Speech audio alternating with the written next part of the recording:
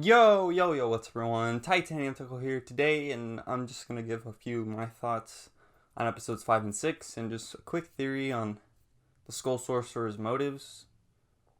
And yeah, so without further ado, let's jump right into it. So, episode 5, I thought it was a really good episode. We get to see more of Nia and Jay's dynamic together, and basically Nia's protective side in a way. Like, Nia isn't the most affectionate person towards Jay, and I see a lot of people complaining about that, but I think that's just Nia's character. She's not a very affectionate person, but she still loves Jay, and it's pretty evident. She may not say, I love you back to him, but they've just got a way of, their relationship it's just got a way. I don't know how to explain it, but like every relationship is unique, and just because their relationship isn't what you're normally used to, it doesn't mean that the relationship isn't working.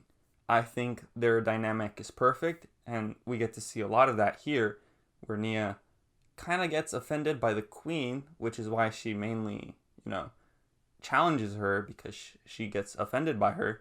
But that doesn't mean that she doesn't care for Jay. She doesn't see the need to fight for Jay because, she's already basically married to her. And the fact that Jay called her Yang, I thought that was amazing because we haven't heard about the Yin Yang promise ever since season 10, so it's really cool to see it again here. The actual fight between Nia and the Queen was actually pretty cool. I like how the Queen was pretty much basically Sonic, and Nia using Spinjitzu to basically finish her off in one blow. That was pretty cool as well. So then Nia becomes the Queen, which was, predictable, like, in the last minute. I couldn't have predicted that, like, before the fight, to be honest. I don't know. But that was pretty cool. And then, episode 6, Kai basically becomes the king of the months, or the whatever it was called. No, not the months, the geckos. So I thought that was pretty cool. Like, both siblings literally became the leader head, or the figureheads for each respective tribe. So I thought that was cool. I liked how Zane befriended that Mino creature. He freed the Mino creature. Something we saw all the way back in season 2. Zane's solution to battling these creatures isn't to fight them, but it's to free them. Just like that.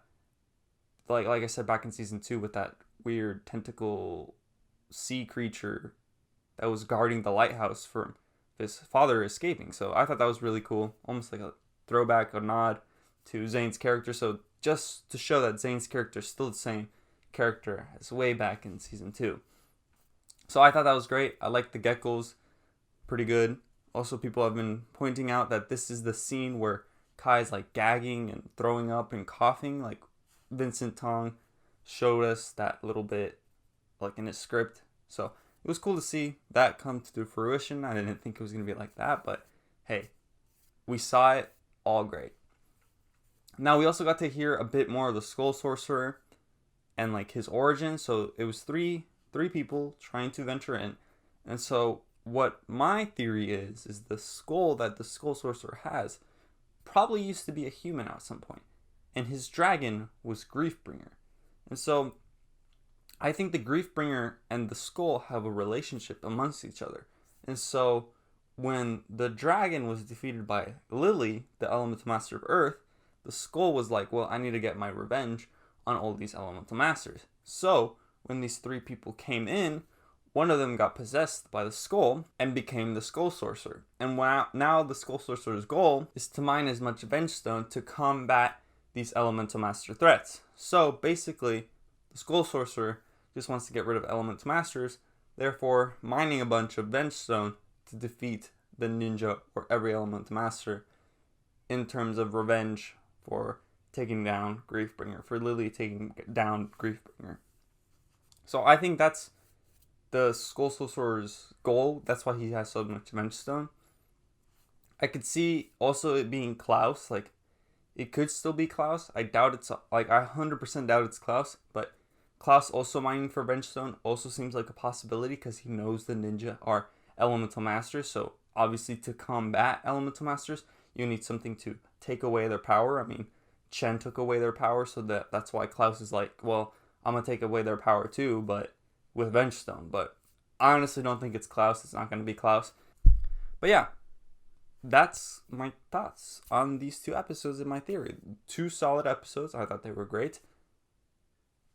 And I can't wait to see more of this season. So with that said, look forward to the rest of the reactions and the rest of my thought videos. Yeah. Taco out.